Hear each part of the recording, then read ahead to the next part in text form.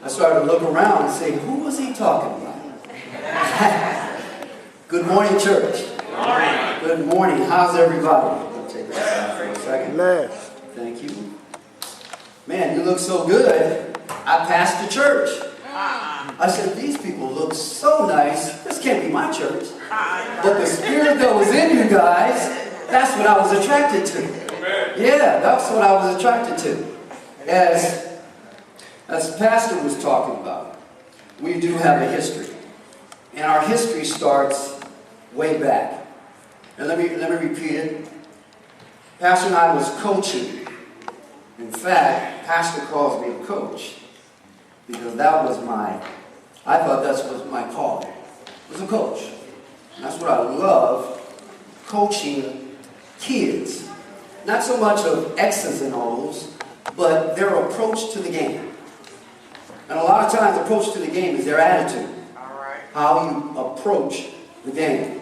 So I appreciate the fact that you looked and you saw something in me, because the same thing I saw about you. You were like-minded. We were coaching against each other. Sometimes you would win, sometimes I would win. But it was all about good things. And I saw something in you that was good. God had called him for a purpose. It was a purpose, and I feel the same way about me. And that's what I want to call and talk to you about today. God's call on your life. Yeah, God's call on your life. So if you can, do me a favor. If all of you that can stand, will you stand and greet somebody that you don't know? Shake somebody's hand and say, welcome. No, don't go on the side. You gotta.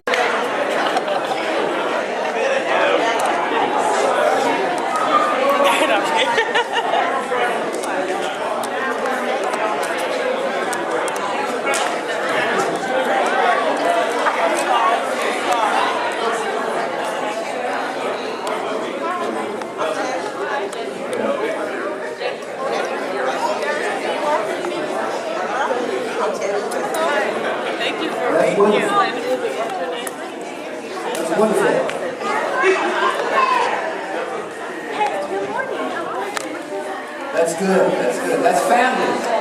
That's family.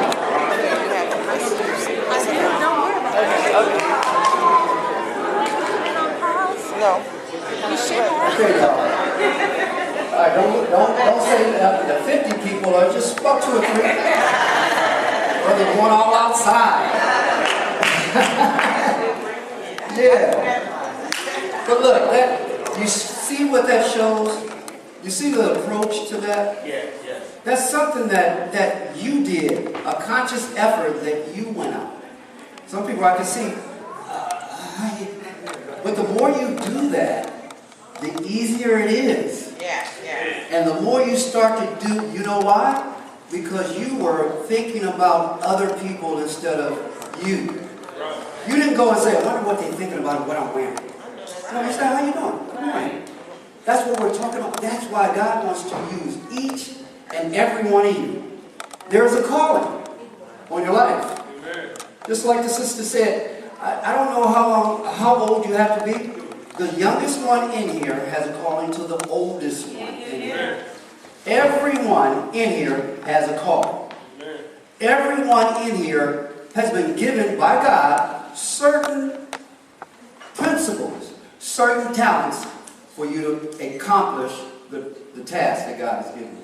Amen. You think so? Amen. There's some people in here that has unique abilities just designed especially for you. Nobody else can do it except you. All right. There are certain abilities that you were accomplished. And how do you know what your assignment is? Some of you know what your assignment is and you're doing it. Amen. You're doing what God has given you. Amen. Some of you don't know what your assignment is, but you're doing something. Born with help to accomplish your goals. And how do you know your assignment? Some of you are living your assignment that God has given you. Some of you are doing the wrong assignments. Like the sister was saying this morning. I was doing something, but it wasn't fulfilling. it was doing something for somebody else. It was doing something just for me, but it wasn't serving the Lord. And that's what you want to do. And there are some people that don't know what they want to do. And you're here and you're saying, well, Lord, I know you want me to do something. I know you want me to have an experience, a relationship with you. Right. What do you want me to do, Lord? Fill me up, Lord. Fill me up, Lord. The song says, fill me up. A lot of times we talk about filling me up for our own purpose gain. No. If you fill you up for just you, you're just going to be filled up and just walk wobbly out of the thing and just start going down the street. No. You want to get filled up so you can get emptied again. You want to get filled up again so you can go out to get filled up again to give somebody else some. Right? That is what we're talking about, and that is why I want to talk to you about today. I want to give you some things that will accomplish your assignment and your purpose. I want to show you something. I want to talk to you today.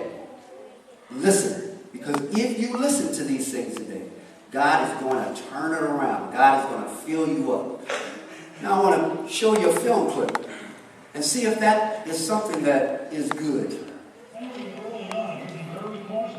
Instead of running from deep in their own territory, they already has a midfield right now. Yeah, that's just that quick throw. Dad, what are you doing? I'm watching this. Genesis 6:14. Genesis 6:14. Joe, do we have a Bible anywhere?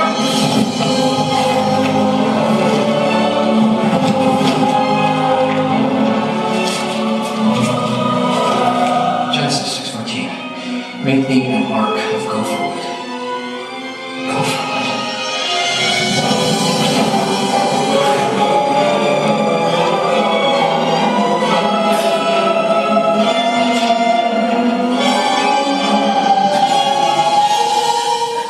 wood.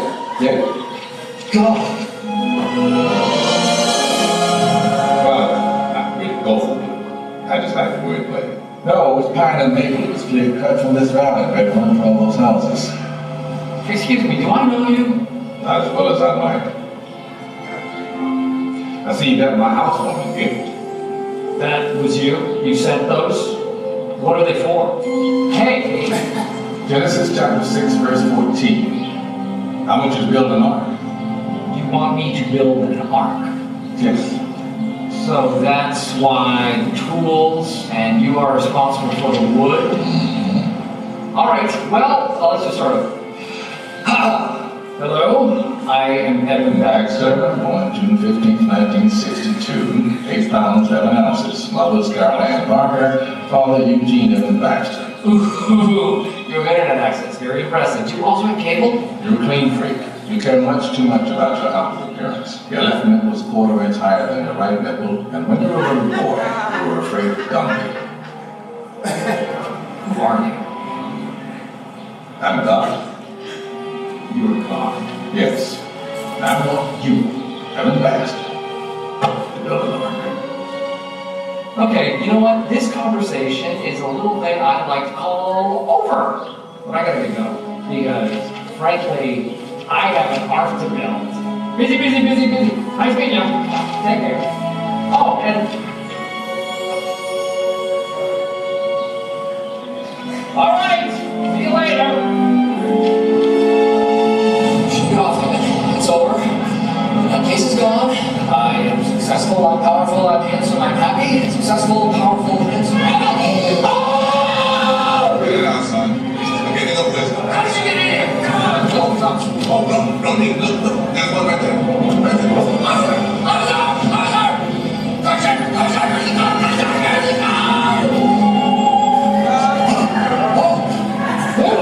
Pull it down. The dancing in the crosswalk.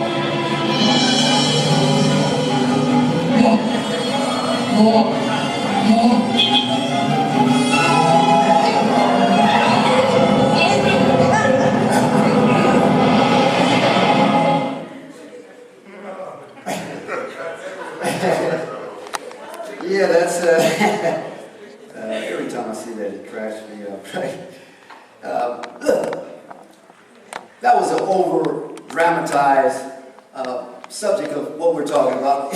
What was the big picture in that? Think about it. It was, God knows everything about you because He made you and He has a job for you to do. Now this guy, that guy right there, he's Noah. So I want to talk to you about two separate people who did God's job and one that didn't. And here's what it is. If it's service, God made you, and God stepped out and stepped in time, and He created a universe with all the galaxies and everything. And then after He did that, God created Adam and Eve. Just like that. And He gave them a job. Not them, but He gave Adam a job. Okay. He said, look, Adam, all I want you to do, tend to the Garden of Eden. All right. And don't eat of the forbidden fruit. Break it down. Okay? Very simple, but detailed. Right? Okay, so He did that. And every time He's telling you something, if you have a job, and He's telling you to do something, you hear Him, and it's flowing just like this. Oh yeah, I'm doing my job. And everything. What happens? Deception creeps in. And all deception is taking your focus off of God. And is putting it somewhere else. That's right. And that somewhere else is something that you don't need to do. Right? Deception creeps in. So what happened? We're going to talk about one is Adam. And we're going to talk about another one who did what he was supposed to do. Noah. All right. So when that happened, Adam didn't do it. And he was kicked out of the garden. Ran away. Population was going. Everything was going. Everything was good. Everything was going. As growing with population was growing sin as well. Wow. Sin was running rapid. It was running so rapid that God had to come and step down in and judge. Your sin will be judged. You know that? Your sin will be judged. But God is grateful. He's great. He is something that you need to hold on to. All right. Now, we're going to look it up and check it up in chapter 6 in Genesis. I'm reading from the New Living Testament translation. Yours might be different. And it says here, the Lord observed the extent of human wickedness on the earth. And He saw everything they thought or imagined was constantly and totally evil. So the Lord was sorry He ever made them and put them on the earth. Wow. It broke His heart. And the Lord said, I will wipe out this human race who I've created from the face of the earth. Yes, I will destroy every living thing. All the people, all the large animals, all the small animals that scurried along the ground, and even the birds of the sky. I'm sorry that I made them. But Noah found favor with the Lord. Yeah, Noah found favor with the Lord. Repeat that for me. Noah found favor with the Lord. Why did he find favor with the Lord? It says in the Bible, Noah was a righteous man. Yeah, the word Noah actually means comfort. After Adam was kicked out of the garden, he had to tend to the soil. And that's why when his father named Noah, he said, all we're going to have, this one, is going to bring us comfort. It's going to bring us comfort. So, he said he was righteous. And if he's righteous, Noah had a perception. Everything he did started from a God's perspective. He didn't do anything unless he figured that it was God-centered. His whole existence was a God-centered existence. So, God told Noah, He said, listen, Noah, I want you to build an ark. Right. Just like that. Just like in this movie, though, this guy didn't know. But Noah said, listen, look what he said. God talked to him in verse 17. Look, I'm about to cover the earth with a flood that will destroy everything that breathes. Everything on earth will die. But I will confirm my covenant with you. So enter the boat, you and your wife, and your sons, and their wives. Bring a pair of animals, a male and a female, into the boat, and keep them alive during the flood. Pairs of every kind of bird, and every kind of animal, and every kind of small animal that scurries along the ground will come to you to be kept alive. And be sure to take on board enough food for your family and for all the animals. Look what it says here. So Noah did everything exactly as God commanded him to do. Noah did everything exactly that God had commanded him to do. It wasn't a suggestion, he commanded. Yeah. It wasn't suggestion, it was commanded. Simple, detailed instructions. Now, think about that. If you were in Noah's time, right? God gives you this assignment. And you say yes. How long do you think it took Noah to build that ark? Look at that ark. That's a big boy, isn't it? I mean, think about it. If he gave you the ark, he's building an ark. I can imagine what it was on his block. What that boat must look like, right? Somebody's probably saying to the neighbor, "Hey, Noah, can you get that out of here? I can't park my stuff." Noah, you got a parking permit for that thing? Can you imagine that? But you know what Noah did?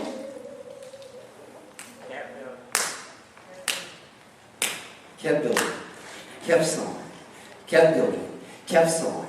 And he did exactly as God provided.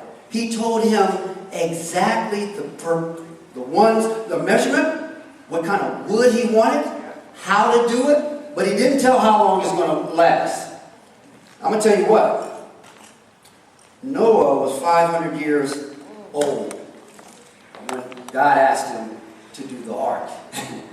And from here it says, the Bible does not specifically state when Noah mentioned it. Noah was 500 years, but when God told him to go in, he was 600 years old. It took Noah 100 years to build an ark. He did it by himself. He didn't ask anybody else to do it. He did it. When God gives you something to do, He's going to give you tools to finish your assignment, right? He's going to give you some tools to finish your assignment. And that's what I want you to remember. I want you to get this. God has an assignment for you. It will be for you. It will prosper you. It will protect you. It will do everything if you just do what God has you to do for your life. So how do you respond? This is how Noah responded. How do you respond? I'm going to give you 3 things that I want you to respond to. Right? 3 things that if you respond to these 3 things, I'm guaranteeing you, because it says in the Bible, guaranteed success. But not success for you. It's not for you. It's not about you. It's not about you. It's about giving you the opportunity to bless somebody else. Number one, we want you to commit. Commit. Don't just participate. You see, commitment is something. I'm going to commit to this. I'm going to commit to this marriage. I'm not going to just participate in this marriage. I'm committing to my family. I'm not just going to participate. You guys do whatever you want. No, commitment means that everything you do is focused on staying. Staying in that. Right? Look what it says Adam did. Adam didn't commit to God's plans for his life. Noah did exactly what God told him and was blessed. Right? Now, Noah didn't do that to be blessed. He was blessed because he did it. Right? Let me say it again. Because it sounds like us a lot of times we do things backwards. We want a blessing, so we do it. And then when God doesn't do it, because we think that that's why we should be blessed, and we stop doing what God wants us to do. Right? We do it whether God blesses us or not. Because God is going to get His glory whether you do your job or not. Hallelujah. You got to know that. So what did He do? What did He do? God planned. He did exactly what is God is telling you to do. God first. What is God telling you to do? Some of you right now sitting in your chairs, you get that urge, you get that feeling. You know He wants to do something. You know He do. But you feel hesitant. Don't hesitate. Participate. Okay? Participate. Noah did exactly. Number 2, I want you to submit. Yeah, submit. Don't just agree. Agree is like, yeah, I think I'm going to do that. Okay, I'll go and I'll do that. Yeah, but the ultimate thing, when you agree, you know what happens? Tell the truth. You're only agreeing because you want to see what it benefits you. I'm agreeing. I'm going. So God told Adam to go ahead and do it. Okay, I agree. Yeah, to the garden and everything else. I'm in there. And then something happened. Took his eyes off of God. And they said, you could be like a God. It benefits me. I can still go back and do this. Okay. All right, I'll do that. Bam! There goes sin. Bam! There goes separation from God. Well, you got to get it back again. But if you submit your life, it may not look good. And while you're submitting, you look foolish. Noah looked foolish going like this. For 100 years, he was bam. What do you think happened to Noah's kids? How do you think they were affected by that? See, your response and what you do is affecting people that's close around you. Yeah. Can you imagine pastor? I bet you it affects their kids. Oh, your pastor's like, oh, okay. I'm looking at you, man. Okay, what are you going to do? No, it's if you are a child of God, people are going to say, hey, man, you a child of God? Oh, well, no, not really. I got to show how. No. Yes, you're going to get clowned. But it's not about what you're doing right now. It's about where you're headed. And what you're committed to and what you're going to be submitted to. Right? So you can't imagine how good the Bible is until you start reading. You cannot understand the importance of bringing God into your house. He's talking about fill me up. We was talking about doing your job. We was talking about your purpose. Adam went along for the ride. Noah was obedient to God. And as a result, God blessed him. He blessed his family. And he extended. See, God said, I don't want to end life. I want to extend death. I don't want to end life. I want to extend death so I can have Jesus come and beat death so now I can do things for you. So he didn't end life. He completed it. He extended death. So that's what, if you know what I mean by that, extended death until Christ came back. Number 3, endure. Number 3, endure. Don't give up. Don't give up. Man, look at that. Look at that. Don't give up. It was 100 years for him to build that out. How long do you think he stayed in the ark? It was a whole year before Noah came out of the ark. What do you think he was doing while he was preparing? What do you think he was doing in the ark for a whole year with all those animals and his wives and everything else and his son? He was preparing. So when I say endure, there are seasons in your life. There are seasons. Everything is not going to be good. It's not going to be good all the time. Some things are going to be bad. Some things are not going to go your way. Your kids are not going to like you. Your parents are not going to. I mean, I'm talking about your spouse. I'm talking about your kids. I'm talking about your relatives. Nothing is ever going to stay the same. Same thing now. Everything is going good. It's not going to be good all the time too. So stay the course. Stay the course. And in the meantime, you have things that are going bad, things that are going good. So what's in between? It's right here. It's your growing.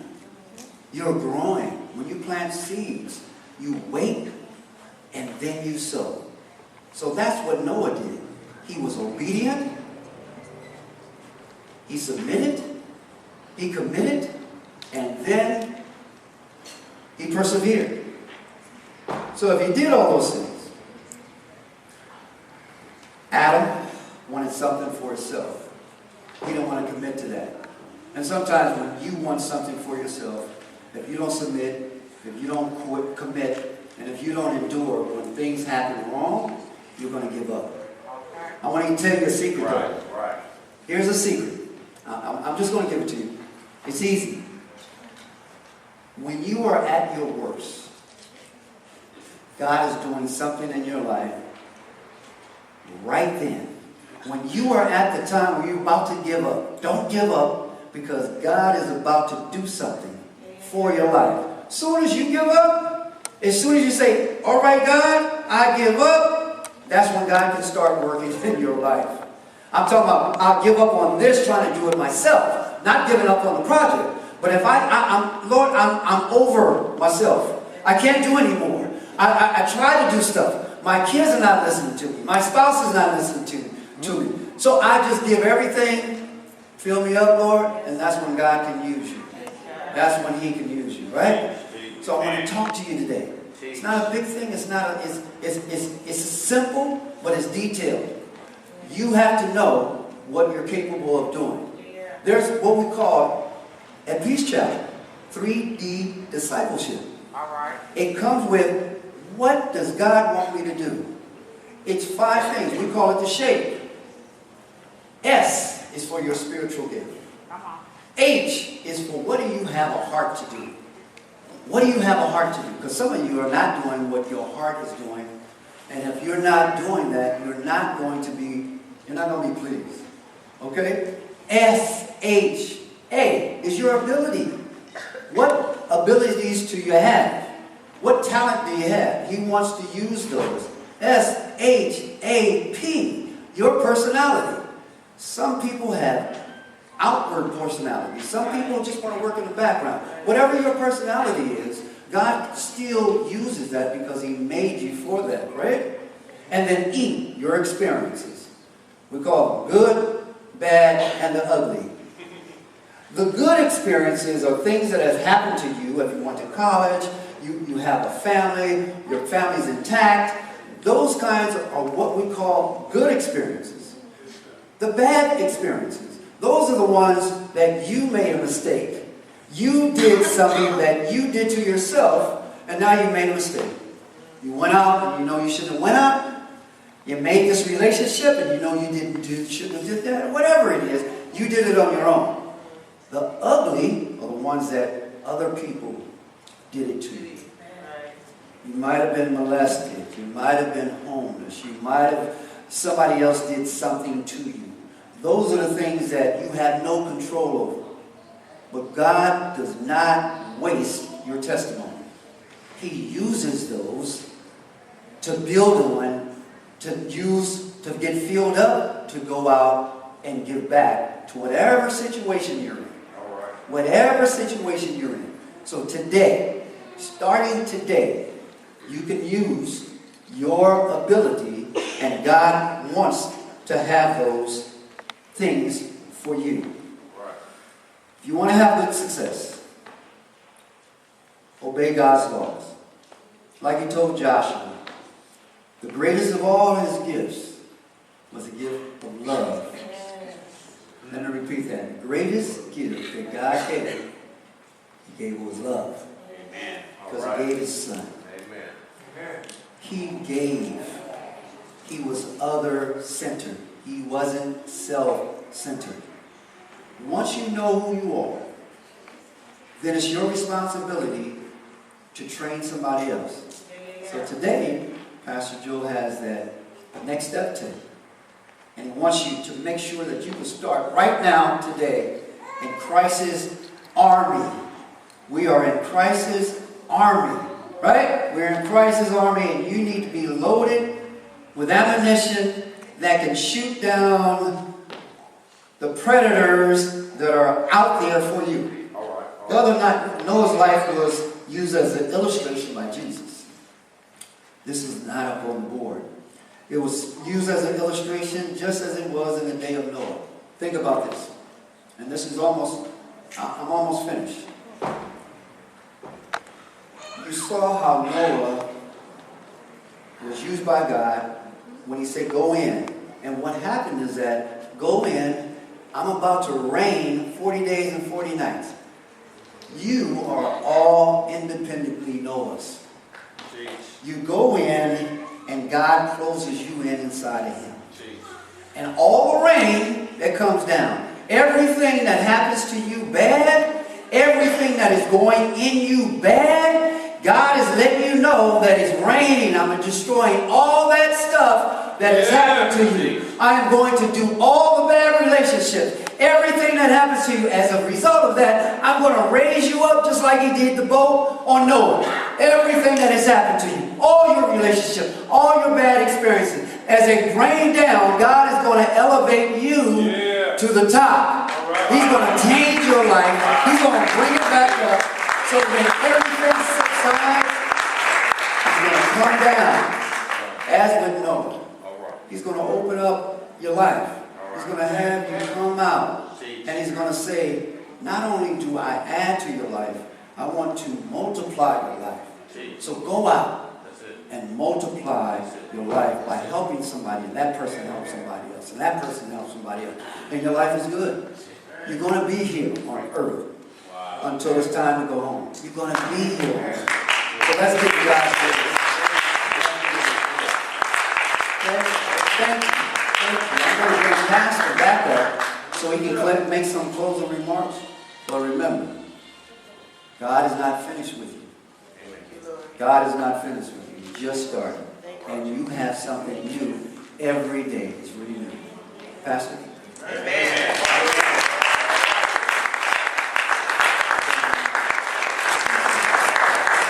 Man, I love this brother right here, just watching him grow. That was a smooth sermon. Can we give it up for the preacher?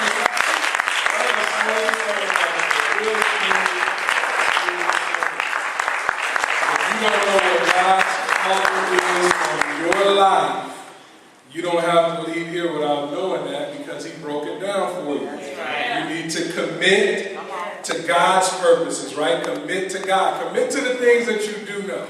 Forget about the things that you don't know, but commit to the things that you do know.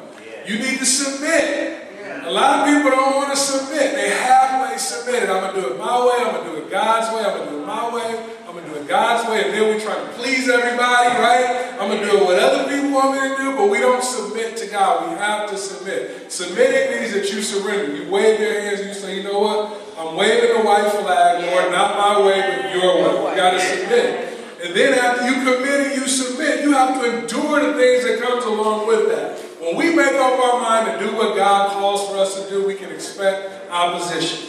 It's inevitable. It's going to happen. But you have to be strong in your resolve. You have to commit, you have to submit, and you have to endure. That was some good preaching.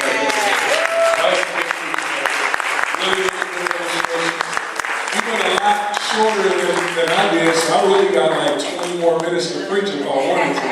But no, I do want to share with you guys something really, really important that we do here at the church.